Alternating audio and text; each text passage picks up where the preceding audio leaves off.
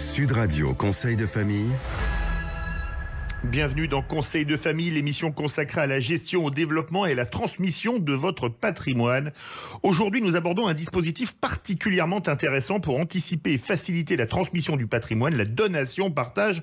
Stéphane Moller, pourriez-vous nous expliquer en quoi consiste cette opération et quelles en sont les spécificités ? Bonjour Philippe. Alors la donation-partage est un acte juridique qui permet à une personne de transmettre de son vivant une partie de son patrimoine à ses héritiers, en partageant les biens entre eux. Contrairement à une donation simple, la donation-partage gèle la valeur de biens donnés au moment de l'opération, ce qui évite les éventuelles contestations ultérieures liées à la variation de la valeur des biens. Quels sont les avantages de la donation-partage par rapport à une simple donation ? Alors la donation-partage présente plusieurs avantages par rapport à une donation simple. Tout d'abord, elle permet d'éviter, on l'a dit, les conflits entre héritiers au moment du décès du donateur, puisque les biens ont déjà été partagés de manière équilibrée.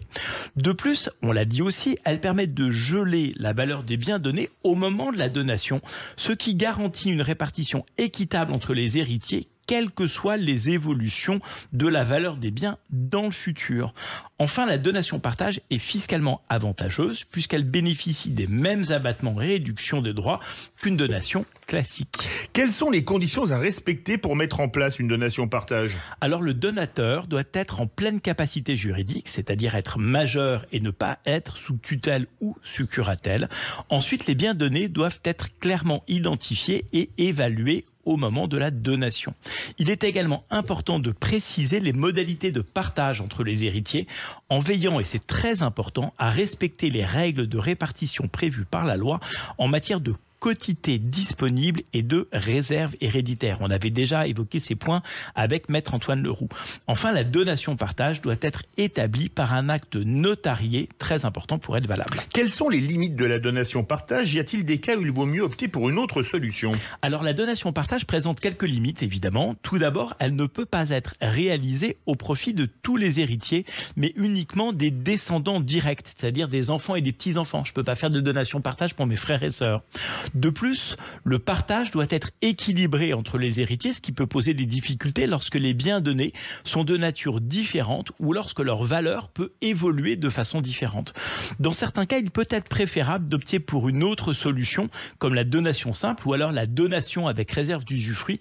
Ces dispositifs offrent plus de souplesse et permettent au donateur de garder le contrôle sur les biens donnés pendant toute sa vie restante.